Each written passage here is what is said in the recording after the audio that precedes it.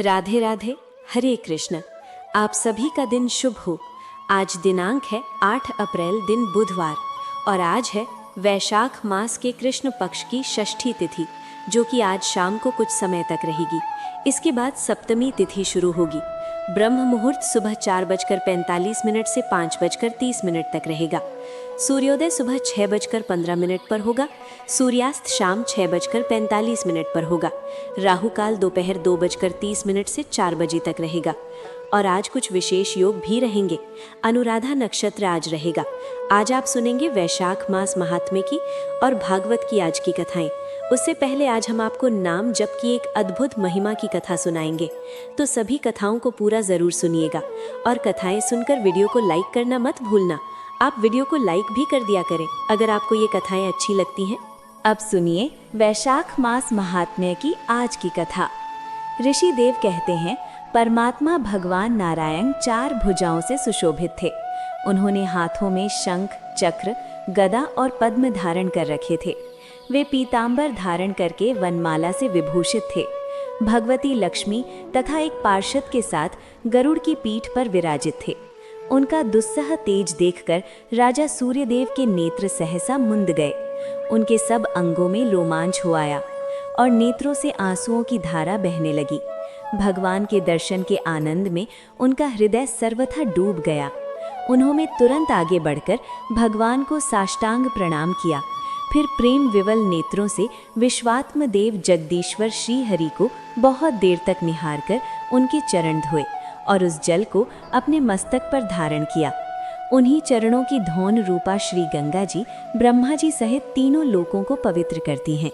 इसके बाद राजा सूर्यदेव ने महान वैभव से बहुमूल्य वस्त्र, आभूषण और चंदन से हार, धूप, दीप तथा अमृत के समान नैवेद्य के निवेदन आदि से और अपने तन, मन, धन और आत्मा का समर्पण करके अद्वितीय पुराण पुरुष भगवान विष्णु का पूजन किया।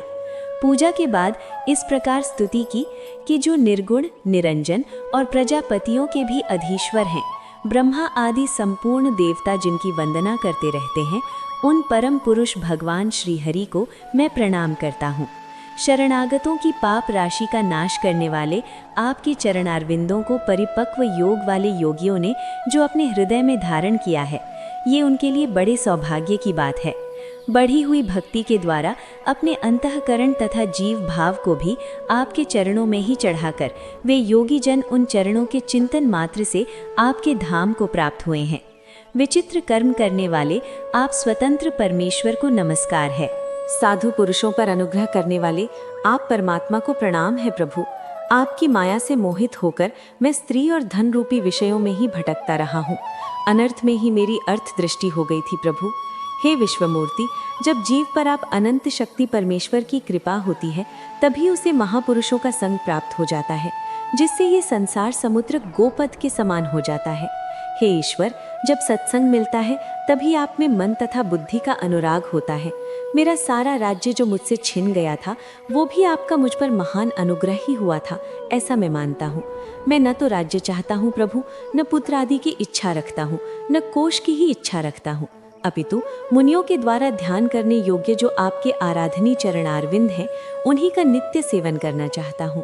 हे देवेश्वर, हे जगन्यमास, मुझ पर प्रसन्न होइए, जिससे आपके चरण कमलों की स्मृति बराबर बनी रहे तथा स्त्री, पुत्र, खजाना और आत्मिक कहे जाने वाले सब पदार्थों में जो मेरी आसक्ति है, वो सदा के लिए दूर हो जाए।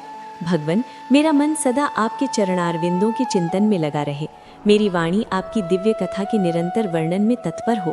मेरे ये दोनों नेत्र आपके श्री विग्रह के दर्शन में, कान कथा श्रवण में तथा मेरी जिह्वा आपके भोग लगाए हुए प्रसाद के आस्वादन में तत्पर हो। प्रभु, मेरी नासिका आपके चरण कमलों की तथा आपके भक्तजनों के गंध विलेपन आदि की सुगंध लेने में, दोनों हाथ आपके मंदिर में झाड़ू आदि लगाने की सेवा में, दोनों पैर आपके तीर्थ और कथा स्थान की यात्रा करने में तथा मस्तक निरंतर आपको प्रणाम करने में संलग्न रहे। मेरी कामना आपकी उत्तम कथा में और बुद्धि आपका चिंतन करने में तत्पर हो। मेरे घर पर पधारे हुए मुनियों द्वारा आपकी उत्तम कथा का वर्णन तथा आपकी महिमा का गान होता रहे और इसी में मेरे सारे दिन बीते। हे विष्णु, एक क्षण तथा आधे पल के लिए भी ऐसा प्रसंग कभी ना आए जो आपकी चर्चा से रहित हो। मैं परमेष्ठी ब्रह्मा का पद, भूतल का चक्रवर्ती राज्य और मोक्ष भी नहीं चाहता। केवल आपके चरणों की निरंतर सेवा चाहता हूँ, जिसके लिए श्री लक्ष्मी जी तथा ब्रह्मा शंकर आदि देवता भी सदा प्रार्थना किया करते हैं। राजा सूर्यदेव के इस प्रकार स्तुति करने पर कमल नयन भगवान विष्णु ने प्रसन्न होकर मेघ के समान गंभीर वाणी में इस प्रकार कहा, राजन, मैं जानता हूँ तुम मेरे श्रेष्ठ भक्त हो, कामना रहित और निष्पाप हो। हे राजन, मुझ में तुम्हारी दृढ़ भक्ति हो और अंत में तुम मेरा सायुज्य प्राप्त करो। तुम्हारे द्वारा किए गए इस स्तोत्र से इस पृथ्वी पर जो लोग भी मेरी स्तुति करेंगे, उनके ऊपर संतुष्ट होकर मैं उन्हें भोग और मोक्ष प्रदान करूंगा। ये अक्षय तृतीया इस पृथ्वी पर प्रसिद्ध होगी, जिसमें भोग और मोक्ष प्रदान करने वाला मैं तुम्हारे ऊपर प्रसन्न हुआ। जो मनुष्य इस तिथि को किसी भी बहाने से या स्वभाव से ही स्नान, दान आदि क्रियाएं करते हैं, वे मेरे अविनाशी पद को प्राप्त हो जाते हैं। जो मनुष्य पितरों के उद्देश्य से अक्षय तृतीया को श्राद्ध करते हैं, उनका किया हुआ वो श्राद्ध अक्षय हो जाता है। इस तिथि में थोड़ा सा भी जो पुण्य किया जाता है, उसका फल अक्षय होता है। राजन, जो कुटुंबी ब्राह्मण को गाय दान करता है, उसके हाथ में सब संपत्तियों की वर्षा करने वाली भुक्ति और मुक्ति भी आ जाती है। जो वैशाख मास में मेरा प्रिय करने वाले धर्मों का अनुष्ठान करता है, उसके जन्म, मृत्यु, जरा, भय और पाप को मैं हर लेता हूँ। अनग, ये वैशाख मास मेरे चरण चिंतन की ही तरह ऐसे सहस्त्रों पापों को हर लेता है, जिनके लिए शास्त्रों में कोई प्रायश्चित ही नहीं है। राजा सूर्यदेव को ये वरदान देकर देवादिदेव भगवान जनार्दन सबके देखते ही देखते वहीं अंतर्ध्यान हो गए। इसके बाद राजा सूर्यदेव सदा भगवान में ही मन लगाए हुए उन्हीं की सेवा में तत्पर रहकर इस पृथ्वी का पालन करने लगे। देव दुर्लभ समस्त मनोरथों का उपभोग करके अंत में उन्होंने चक्रधारी भगवान विष्णु का सायुज्य प्राप्त कर लिया। जो इस उत्तम उपाख्यान को सुनते और सुनाते हैं, वे सभी पापों से मुक्त होकर भगवान विष्णु के परम पद को प्राप्त हो जाते हैं। ऋषिदेव जी कहते हैं, राजन, पंपा के तट पर कोई कमल नाम से प्रसिद्ध परम यशस्वी ब्राह्मण थे, जो बृहस्पति के सिंह राशि में स्थित होने पर कल्याणमयी गोदावरी नदी में स्नान करने के लिए गए। मार्ग में परम पवित्र भीमरथी को पार करने के बाद दुर्गम जल शून्य और भयंकर निर्जन वन में धूप से विकल हो गए थे। वैशाख का महीना था और दोपहर का समय था। वे किसी वृक्ष के नीचे जा बैठे। इसी समय कोई दुराचारी शिकारी हाथ में धनुष धारण किए वहां आया। ब्राह्मण के दर्शन से उसकी बुद्धि पवित्र हो गई और वो इस प्रकार कहने लगा कि मुने, मैं अत्यंत दुर्बुद्धि और पापी हूँ। मेरे ऊपर आपने बड़ी कृपा की है, क्योंकि साधु महात्मा स्वभाव से ही दयालु होते हैं। कहाँ मैं नीच कुल में उत्पन्न हुआ व्याध और कहाँ मेरी ऐसी पवित्र बुद्धि। मैं इसे केवल आपका ही उत्तम अनुग्रह मानता हूँ। हे साधु बाबा, मैं आपका शिष्य हूँ, कृपा पात्र हूँ। साधु पुरुषों का समागम होने पर मनुष्य फिर कभी दुख को प्राप्त नहीं होता। इसलिए आप मुझे अपने पाप नाशक वचनों द्वारा ऐसा उपदेश दीजिए, जिससे संसार बंधन से छूटने की इच्छा रखने वाले मनुष्य अनायास ही भवसागर से पार हो जाते हैं। साधु पुरुषों का मन सबके प्रति एक समान होता है। वे सभी प्राणियों के प्रति दयालु होते हैं। उनकी दृष्टि में न कोई ऊंच है, न नीच है, न अपना है, न पराया। मनुष्य संतप्त होकर जब जब गुरुजनों से उपाय पूछता है, तब तब उसे वे संसार बंधन से छुड़ाने वाले ज्ञान का उपदेश दिया करते हैं।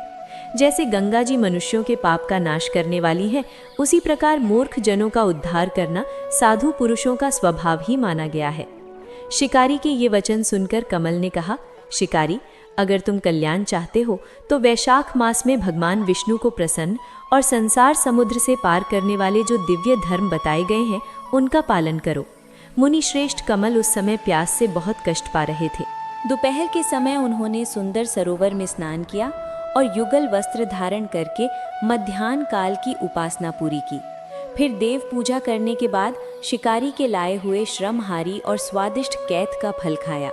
जब वे खा पीकर सुखपूर्वक विराजमान हुए, उस समय शिकारी ने हाथ जोड़कर कहा कि मुनि, किस कर्म से मेरा तपोमय व्याध कुल में जन्म हुआ और किससे ऐसी सद्बुद्धि तथा महात्मा की संगति प्राप्त हो गई? प्रभु, अगर आप ठीक समझे तो मैंने जो कुछ भी पूछा है वो तथा अन्य जानने योग्य बातें भी मुझे बताइए। शिकारी के ऐसा पूछने पर कमल बोले, हे शिकारी, पूर्व जन्म में तुम वेदों के पारंगत विद्वान ब्राह्मण थे। शाकल्य नगर में तुम्हारा जन्म हुआ था।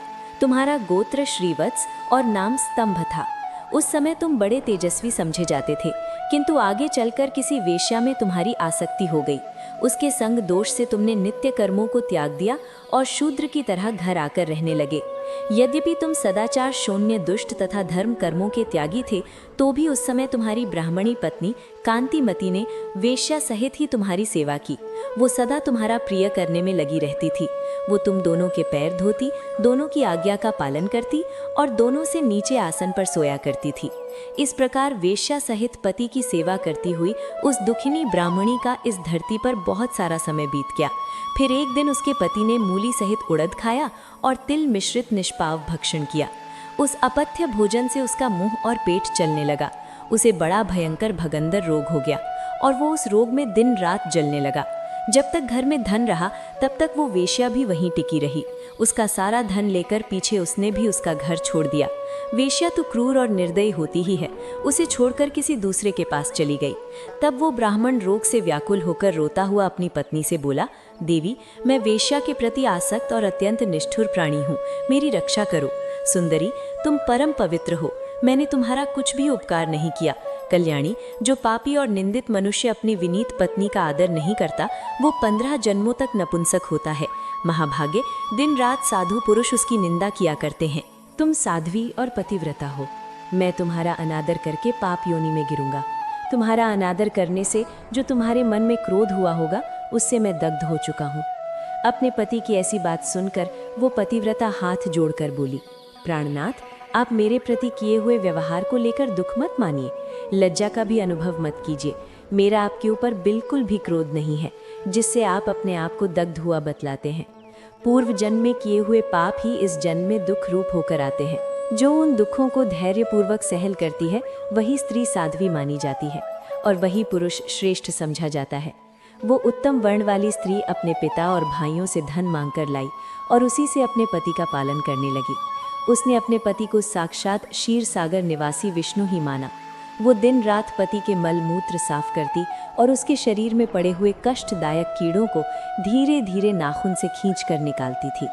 ब्राह्मणी न रात में सोती थी न दिन में। अपने पति के दुख से संतप्त होकर वो दुखिनी सदा इस प्रकार प्रार्थना किया करती थी कि प्रसिद्ध देवता और पितर मेरे स्वामी की रक्षा करें, इन्हें रोगहीन और निष्पाप कर दें। मैं पति के आरोग्य के लिए चंडिका देवी को भैंस का दही और उत्तम अन्न चढ़ाऊंगी। भगवान गणेश की प्रसन्नता के लिए मोदक बनवाऊंगी। 10 शनिवारों को उपवास करूंगी और मीठा तथा घी नहीं खाऊंगी। बस मेरे पति रोगीहीन होकर 100 वर्ष तक जिएं। इस प्रकार वो स्त्री हर दिन देवताओं से प्रार्थना किया करती थी। उन्हीं दिनों कोई देवल नामक महात्मा वहां आए। वैशाख मास में धूप से पीड़ित होकर सायंकाल के समय उस ब्राह्मण के घर में उन्होंने पदार्पण किया। ब्राह्मणी ने महात्मा के चरण धोकर उस जल को मस्तक पर चढ़ाया और धूप से कष्ट पाए हुए महात्मा को पीने के लिए मीठा शरबत दिया। प्रातःकाल सूर्योदय होने पर मुनि जैसे आए थे वैसे ही चले गए, थोड़े ही समय में। इसके बाद ब्राह्मण को सन्निपात हो गया। ब्राह्मणी सोंठ, मिर्च और पीपल लेकर जब उसके मुंह में डालने लगी, तब उसने अपनी पत्नी की अंगुली काट ली। उसके दोनों दांत सहसा सट गए और ब्राह्मणी की अंगुली का वो कोमल टुकड़ा उसके मुंह में ही रह गया। अंगुली काटकर उस वेश्या का ही चिंतन करता हुआ वो ब्राह्मण अंत में मर गया। तब उसकी पत्नी कांतिमती ने कंगन बेचकर बहुत सारा ईंधन खरीदा और चिता बनाकर वो साध्वी पति के साथ उसमें जा बैठी। उसने पति के रोगे शरीर का गाढ़ आलिंगन करके उसके साथ अपने आप को भी चिता में जला दिया। शरीर त्याग कर वो सहसा भगवान विष्णु के धाम में चली गई। उसने वैशाख मास में जो देवल मुनि को शरबत पिलाया था और उनके चरणों तक को सिर पर लगाया था, इससे उसको योगी गम्य परम पद की प्राप्ति हुई। तुमने अंत काल में वेश्या का चिंतन करते हुए शरीर त्याग दिया था, इसलिए इस घोर व्याध के शरीर में आए हो और हिंसा में आसक्त होकर सबको परेशान करते हो। तुमने वैशाख मास में मुनि को शरबत देने के लिए ब्राह्मणी को आज्ञा दी थी। उसी पुण्य से आज व्याध होने पर भी तुम्हें सब सुखों के एकमात्र साधन धर्म विषयक प्रश्न पूछने के लिए ये उत्तम बुद्धि प्राप्त हुई है। तुमने जो सब पापों को हरने वाले मुनि के चरणोदक को अपने सिर पर धारण किया था, उसी का ये फल है कि वन में तुम्हें मेरा संग मिला है। इसके बाद ब्राह्मण कमल ने उस शिकारी को वैशाख मास महात्म्य की एक कथा सुनाई। उस कथा को सुनकर एक सर्प का उद्धार हुआ। वो सर्प कौन था, किस प्रकार से उसका उद्धार हुआ, और वैशाख मास महात्म्य में श्रवण से शिकारी का वाल्मीकि होने का वर्णन आप अगले अध्याय में सुनेंगे। अब सुनिए तुलसी माता की आरती। तुलसी महारानी नमो नमो, हरि की पटरानी नमो नमो। धन तुलसी पूर्ण तप कीनो, धन तुलसी पूर्ण तप कीनो। शालीग्राम बनी पटरानी नमो नमो। तुलसी महारानी नमो नमो। जाके पत्र मंजरी कोमल, जाके पत्र मंजरी कोमल। श्रीपति कमल चरम लपटानी नमो नमो। तुलसी महारानी नमो नमो। धूप दीप नैवेद्य आरती, धूप दीप नैवेद्य आरती। पुष्पन की वर्षा वर्षानी नमो नमो। तुलसी महारानी नमो नमो। 56 भोग 3600 व्यंजन, 56 भोग 3600 व्यंजन। बिन तुलसी हरि एक न मानी नमो नमो।